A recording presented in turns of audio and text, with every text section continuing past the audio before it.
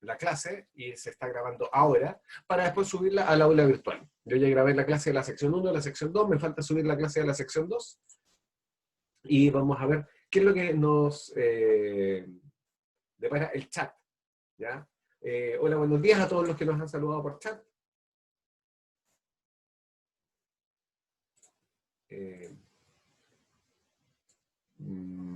Los que dicen que no tienen cámara, como les decía, lo entiendo perfectamente. Consuelo dice, tengo cara de tuto, también lo entiendo perfectamente. De hecho, creo que yo también tengo. Yo me desperté con los ojos rojos. De hecho, me tenía que echar gotas para los ojos, pero no sé dónde quedaron. Así que, bueno, no creo que se noten los ojos rojos desde acá. ¿Ya? Las personas que están confrasadas, muy bien. ¿Ya? O sea, ahora que lo pienso, estar confrasada en clase igual es surrealista. ¿Eh? Tiene su gracia, una nueva forma de estar en clase. Yo todavía me acuerdo que hace años, hace 10 años, aparecieron 3 estudiantes que llegaban a clases con pantuflas. Entonces yo les pregunté, ¿por qué están con pantuflas en clase? Y ya me contaban que, especialmente en invierno, hacía frío, y llegaban con los zapatos mojados y andaban con pantuflas, especialmente en la mochila, se las cambiaban y estaban cómodas en clases con pantuflas. Cuando me lo explicaron así, yo dije, mira qué bien. Y me pareció una modalidad espectacular, comodidad en la sala de clases. Así que ahí estaban ellas con pantuflas felices durante todo el año. No, miento. En noviembre ya no usaban las pantuflas, andaban con chalas. Pero el asunto es que creo que no hay nada más grato que poder estar con el café que uno quiera, con las pantuflas, con las frazadas que uno quiera, estar con el peluche si uno quiere en clases. Así que los invito a que se pongan cómodos en clases. Ya. Patricio dice, yo le iba a dar chocolate a mis compañeros. Ahí está. Yo creo, Patricio, que lo único que tienes que hacer es esperar a que volvamos a la presencialidad y ahí le vas a poder dar chocolate a los compañeros. Pero espero que sean chocolates nuevos, no los almacenes de aquí hasta el momento que eso ocurra, porque el chocolate se florece.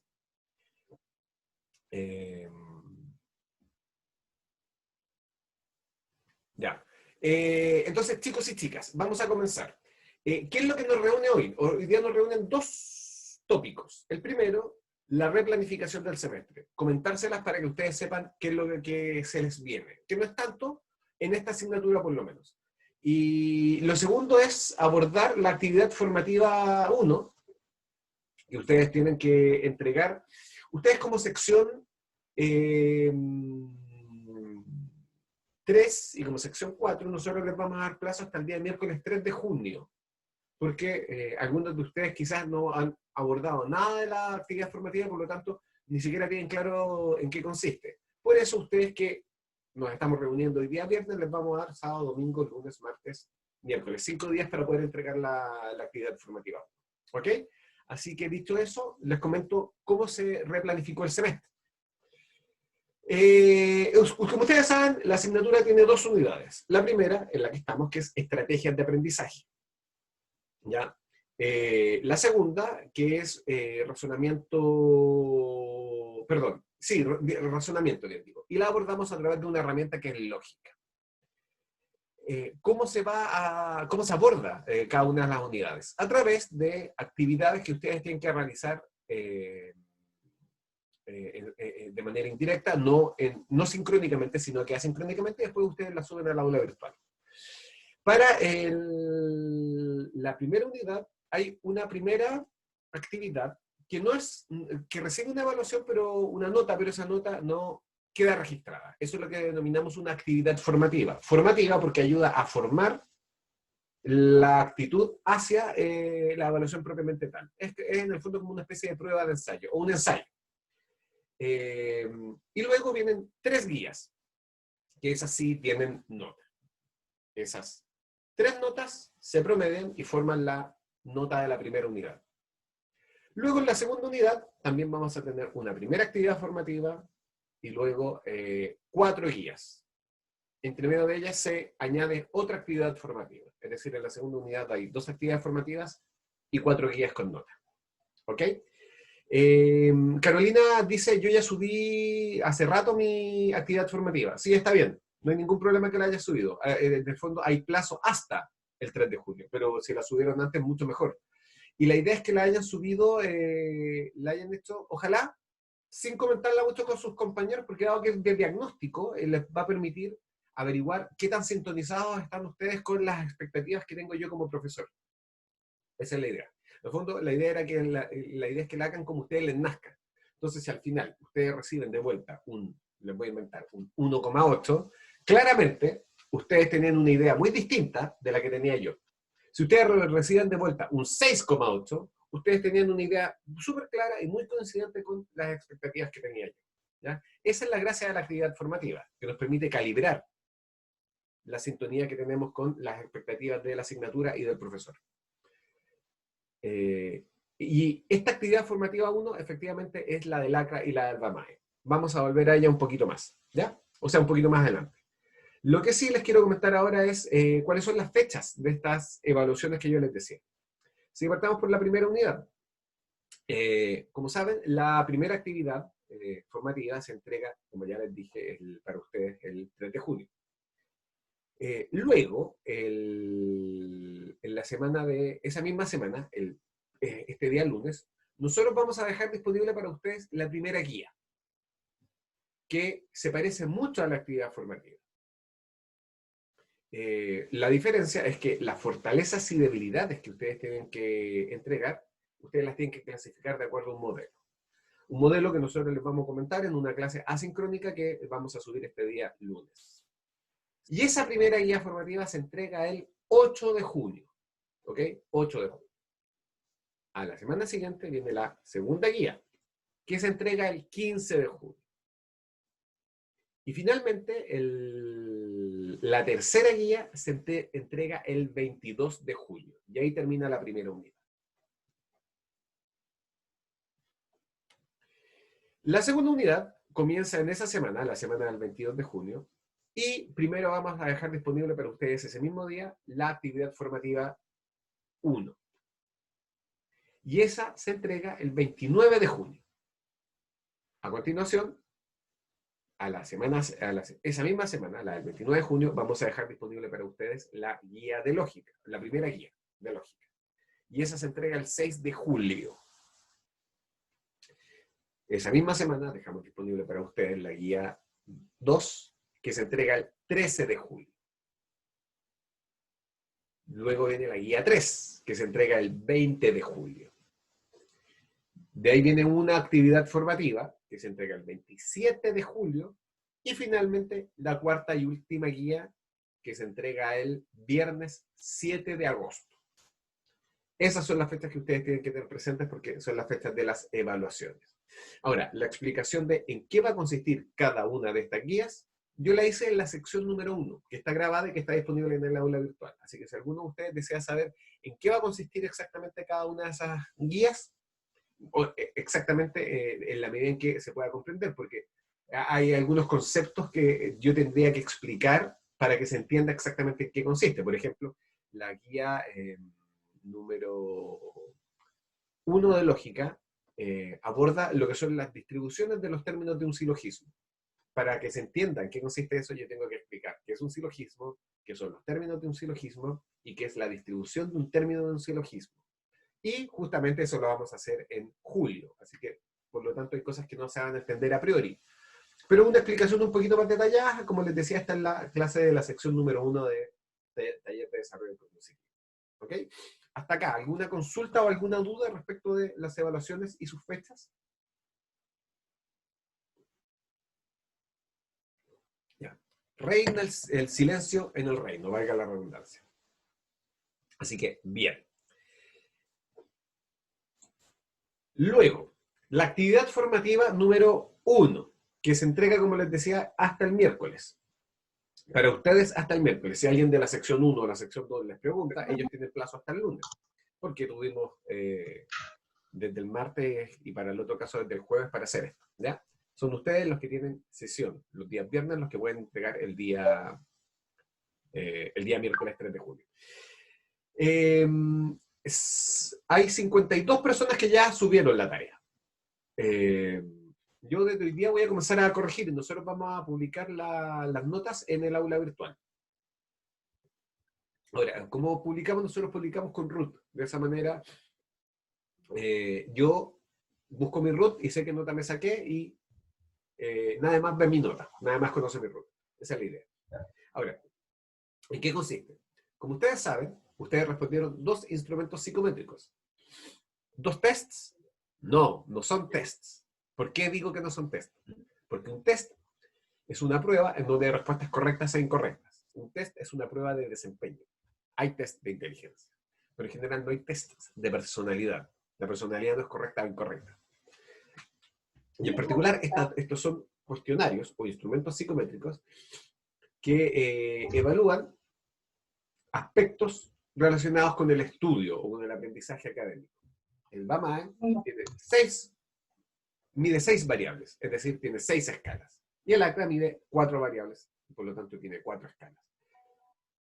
Lo que ustedes tienen que hacer es revisar los puntajes que obtuvieron, que ya publicamos también a través del aula virtual, revisar las clases virtuales, que son estos videos de YouTube que nosotros subimos, que explican qué es lo que miden cada una de las escalas y cómo se interpretan los puntajes. Y luego seleccionar 3 puntajes que uno considere que son fortalezas y 3 puntajes que uno considere que son una debilidad. Puntajes altos versus puntajes bajos. Y que a uno le hagan sentido. Por ejemplo, podría pasar que yo haya obtenido un puntaje muy alto en, por ejemplo, habilidades en el BAMAR. Lo cual, digamos que obtuve un puntaje de 80. Eso significa que yo estoy en el percentil 80 y por lo tanto estoy por sobre el 80% de la muestra, que es el grupo de sujetos que se utilizó para construir el instrumento psicométrico. Y esa muestra eran estudiantes escolares españoles. ¿Por qué los comparamos a ustedes con una muestra de escolares? Porque la mayoría de ustedes, la experiencia académica previa que tiene es exclusivamente secundaria.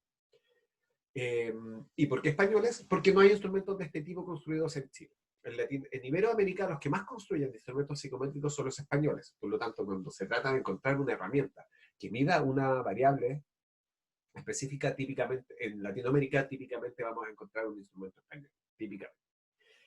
Ahora bien, ustedes toman estos puntajes y ustedes evalúan si es que tienen sentido o no. Yo digo, yo saqué un 80 en habilidades. Eso significa que se supone que soy habiloso. Y si yo lo pienso bien, sí, en general, por ejemplo, yo me doy cuenta que comprendo rápidamente lo que leo, que no redacto mal, me doy cuenta de que tengo facilidades para disertar, aprendo rápido. Ahí eso me hace sentido. Así que eso ustedes lo pueden poner como fortaleza. Pero quizás ustedes obtuvieron en hábitos un 15, lo cual significa que ustedes están por debajo del 85% de la muestra. Es decir, en una escala de puntajes, ustedes estarían como por acá. Y ustedes tienen que pensar, ¿eso me hace sentido? Y ustedes quizás reflexionen y digan, sí, sí, yo en general reconozco que yo no soy muy de estar estudiando constantemente, yo siempre estaba calentando la prueba, en el colegio en ese me iba bien, pero el año pasado yo estaba, no sé, en química y farmacia y me fue como el ajo, me fue como el ajo. Porque la verdad yo me daba cuenta que estudiaba muy encima, si mis compañeros estaban estudiando una semana antes y yo todavía ni siquiera no sabía ni siquiera que entraba en la prueba. Sí, debo reconocer que en ese sentido no tengo el hábito de estudiar y eso es una debilidad. Entonces eso es lo que ustedes tienen que hacer, describir 3 fortalezas en base a escalas de alguno de estos 2 cuestionarios y 3 debilidades en base a algunas escalas de estos 2 cuestionarios. No puedes utilizar solamente el ACRA o solamente el BAMAR, tienes que utilizar ambos. ¿Ok?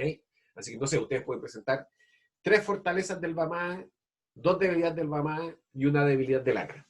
¿Ya? Pero tienen que utilizar como insumo ambos cuestionarios. Y eso es lo que tienen que hacer. ¿Alguna duda o alguna duda hasta acá? Hay una pregunta que es, mis puntajes más bajos fueron 5,3 y el más alto 45. Ya, ojo, es súper importante la pregunta que hace Consuelo, porque yo entiendo perfectamente la carita triste. Oh, mi puntaje más alto fue 45.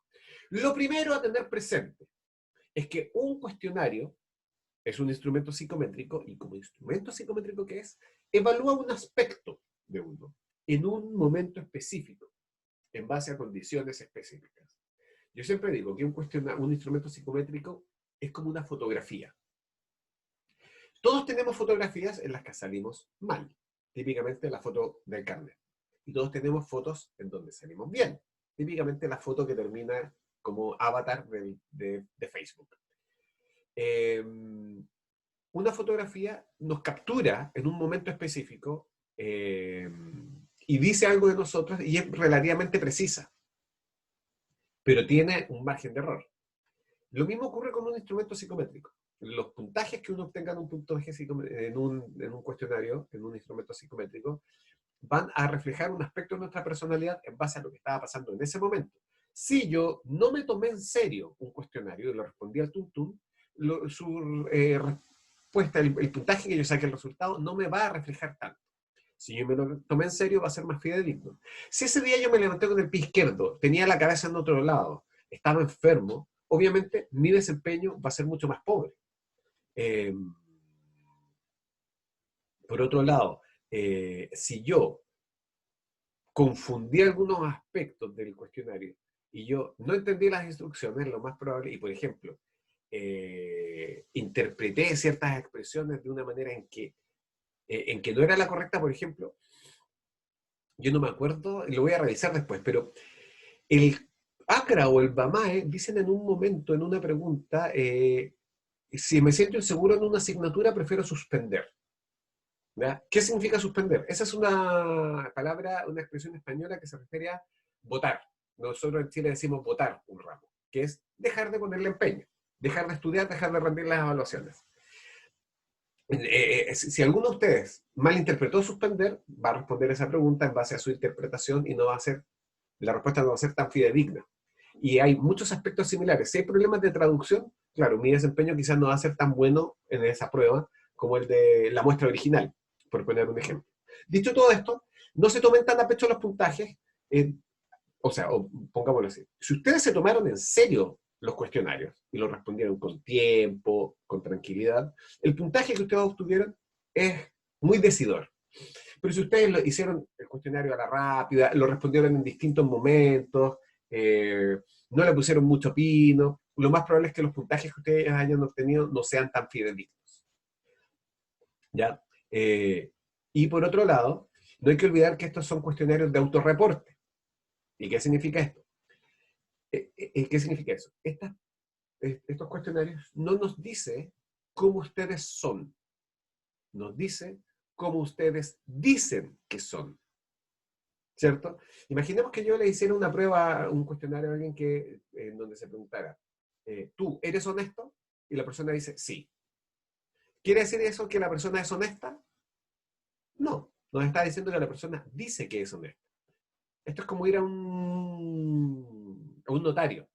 En la notaría, cuando uno va a la notaría y uno firma un papel, el notario uno nunca lo ve a la cara.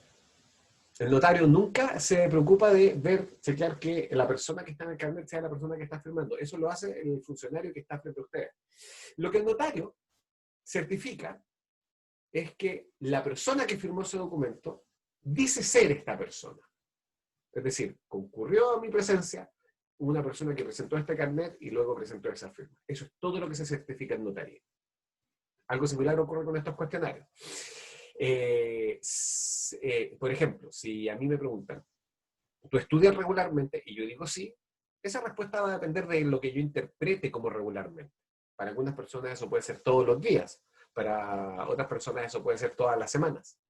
Entonces hay mucha subjetividad dentro de estos cuestionarios, una subjetividad que no se puede resolver completamente. Es imposible hacer preguntas que sean tan objetivas que todas las personas las interpreten de la misma manera. Es imposible.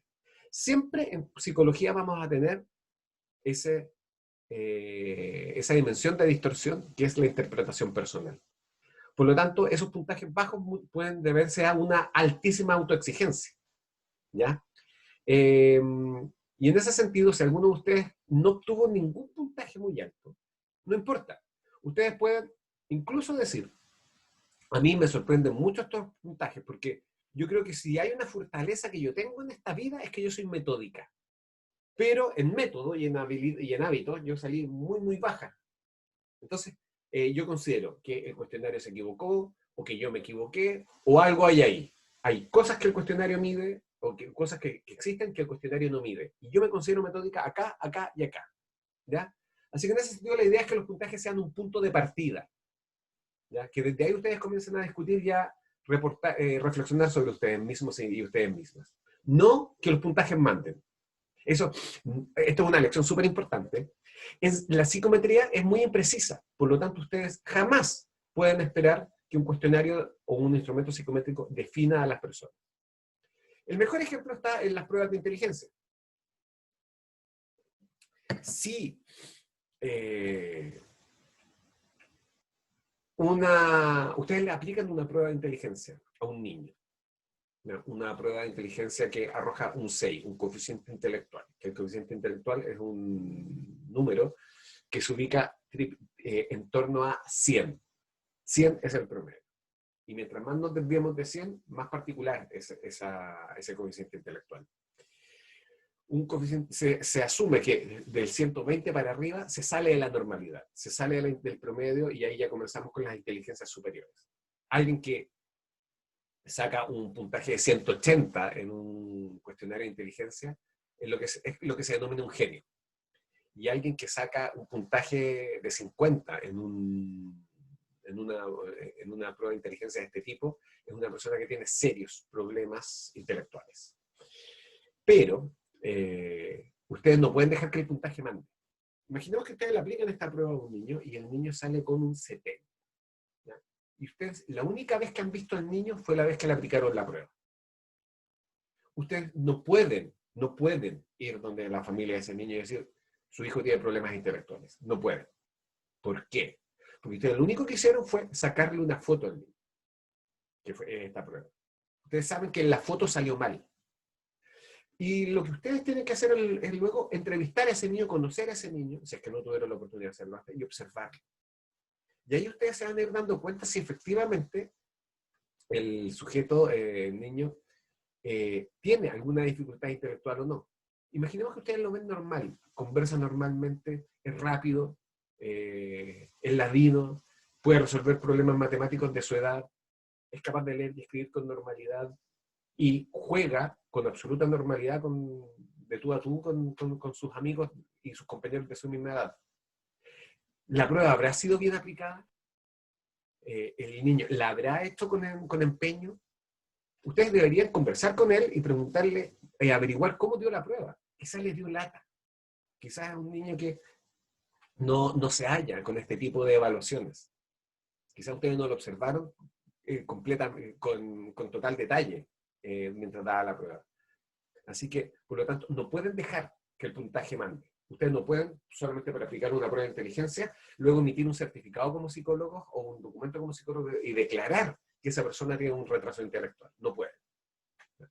Al mismo tiempo, jamás pueden tomar una decisión respecto a una persona por haber aplicado una única prueba psicométrica. Siempre después de eso tiene que haber una entrevista con la persona para analizar sus respuestas, para saber exactamente por qué respondió lo que respondió. Por ejemplo,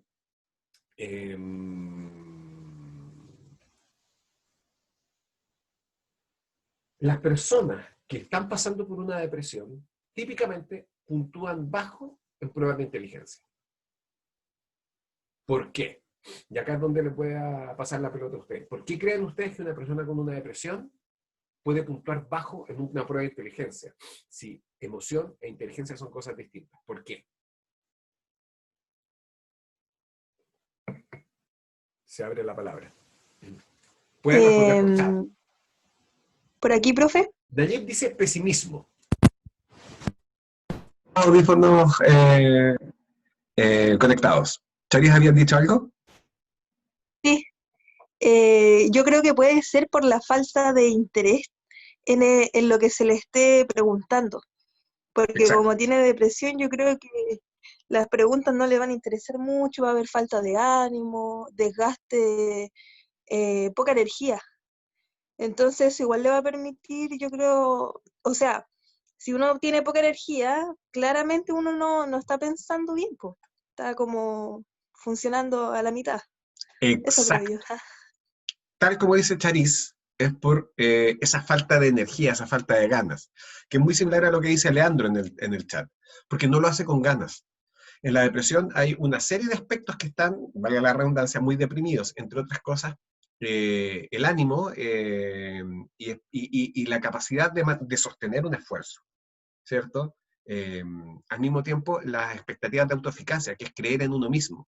una depresión prolongada hace que uno se vuelva muy negativo respecto a uno mismo, y que uno sea pesimista, ¿ya? Como dice Nayib. No, a ver, aquí tengo que determinar cuál es la secuencia correcta. No, jamás lo voy a lograr. No puedo. Paso a la siguiente. Y el sujeto va a dejar muchas preguntas sin responder. No porque no tenga la inteligencia suficiente, sino porque no tiene la energía psíquica suficiente, que es lo que le quitó la depresión. O mejor dicho, la depresión consiste en eso, en falta de energía psíquica. Entonces, si se dan cuenta, una prueba por sí misma, un resultado puede tener un origen que no es propiamente tal la prueba. Así que siempre piensen en eso. Las pruebas son herramientas que nos permiten orientarnos y averiguar más, pero nunca mandan, jamás. Lo mismo pasa acá. Es decir, yo saqué un puntaje bajo en todas las escalas. Si ustedes hicieran la prueba en otro momento, interpretando las preguntas de otra manera, estas pruebas son consistentes, así que por lo tanto lo más probable es que ustedes saquen un puntaje similar, pero no necesariamente el mismo, ¿ya?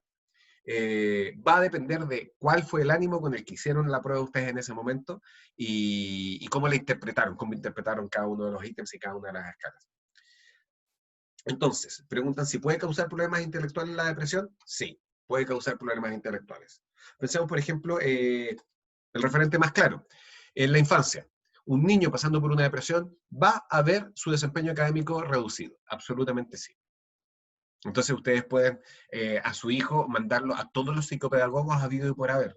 Y si no se detecta que lo que pasa ahí es una depresión, de nada va a servir la psicopedagogía. Así que sí, la depresión puede causar o propiciar problemas intelectuales.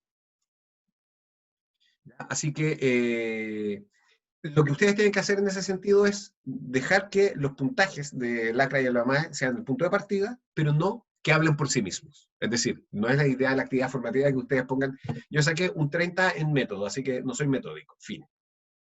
¿Ya? Ahí no hay esfuerzo intelectual, la idea es que ustedes justamente utilicen esto para reflexionar sobre ustedes mismos y ustedes mismos. De eso se trata Taller de Desarrollo Cognitivo. ¿Qué hago bien? ¿Qué hago mal? Lo que hago bien lo tengo que potenciar y lo que hago mal lo tengo que trabajar. Esa es básicamente la idea, y este es el punto de partida.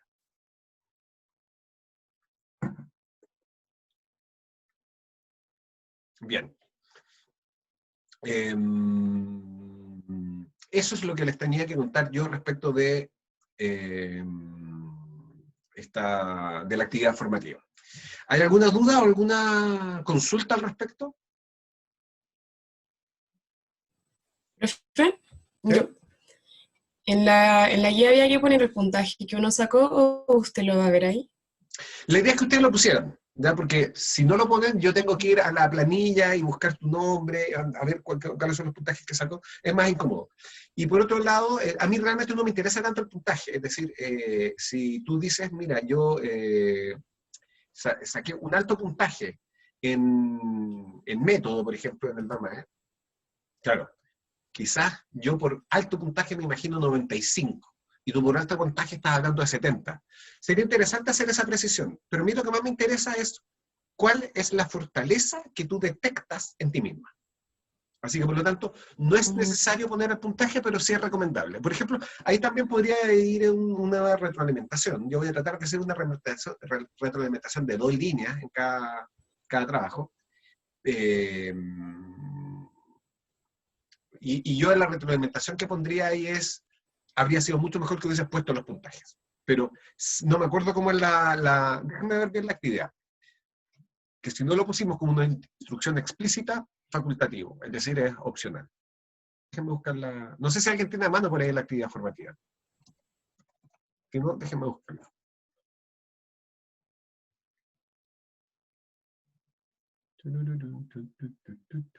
Ahí está, abriéndose.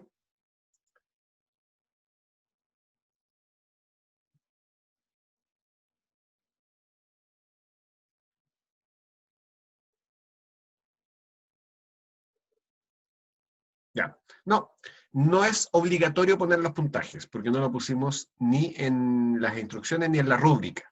Así que no es obligatorio, pero siempre va a ser más conveniente. Porque los números objetivizan. ¿Ya? ¿Y a qué me refiero con eso? Por ejemplo, no sé, imaginemos que ¿qué es lo que a mí me pasa cuando le damos de comer a nuestro hijo, con mi pareja? Que de repente yo le digo a ella, a mi pareja, Beltrán, nuestro hijo, comió mucho, ¿ya? Pero ¿cuánto es mucho? ¿Ya? Porque ustedes saben que es crítico cuánto comen los bebés a la hora del almuerzo y la cena, ¿ya? Porque pueden ir aumentando o reduciendo su talla, y la idea es que siempre vayan aumentando, que vayan creciendo saludablemente. Y si yo le digo, comió mucho, ¿cuánto es mucho? Entonces nosotros hemos llegado a una escala porcentual. Se comió el 80% del plato. Ya, perfecto. Eso inmediatamente objetiviza. Ambos pensamos lo mismo. Obviamente, evaluar exactamente cuánto 80% de un plato de este tamaño no es tan, pero no es tan claro. Pero el número 80% inmediatamente permite objetivizar un poquito más y salir del terreno de la imprecisión. Cuánto es mucho, cuánto es poco. Lo mismo pasa a nivel de variables cuantitativas, ¿cierto? La inteligencia, el desplante, la estabilidad emocional. No podemos ponerle número a todo, pero cuando podemos poner número, el número permite objetivizar. Pero al mismo tiempo no podemos dejar que los números manden. ¿Ok? Ya, entonces, para los que no colocaron los puntajes, me dicen, le dejé trabajo extra. No sé si yo vaya a los puntajes. Voy a ir a los puntajes cuando tenga dudas, ¿ya? Así que no se preocupen en ese sentido. Lo importante es la nota que ustedes van a obtener en esta actividad formativa, que es una nota de ensayo. No va al promedio de la unidad. ¿Ok? Bien. Bueno, como ustedes saben, las sesiones de online no duran 90 minutos, sino que la idea es que duren 40, 45 minutos máximo, ¿ya? Así que hoy día nosotros estamos terminando un poco antes, son las 10:50, llevamos 45 minutos acá, y ya les conté lo que había que contar, que es cómo se viene el semestre y en qué consistía la actividad formativa número 1. Así que vamos a quedar hasta acá. Me gustaría así preguntarles antes de terminar si es que hay alguna otra duda acerca de los tópicos que ya vimos o de otro aspecto que no se haya tocado. Sí, profe, una duda. ¿Ninguna actividad formativa tiene nota? O sea, ¿influye en el promedio?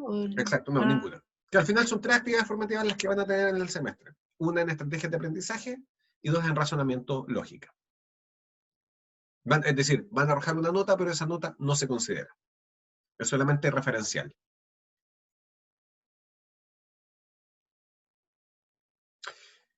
Así que bien, pues, chicos y chicas, damas y caballeros, bueno haberlos tenido y haberlas tenido acá, así que nos estamos viendo la próxima semana a la misma hora en el mismo canal, y cualquier duda que tengan la pueden plantear por mail, o mejor aún a través del foro de novedades y consultas del aula virtual, porque de esa manera la respuesta les sirve a todos y todas, ¿ya? Bien, gracias por vuestra asistencia y... Profe, que esté bien. Antes de que se vayan, ¿hay algo que hacer para la próxima semana? Sí, pero les vamos a dar las instrucciones el lunes. Todas las semanas hay trabajo, pero el lunes les vamos a dar las instrucciones. Así que pues, chicos y chicas, nos vemos, ¿ya? Que estén muy, muy bien. Saludos. Chao, profe. Chao, profe, que tengan Chao, profe. un buen fin de semana.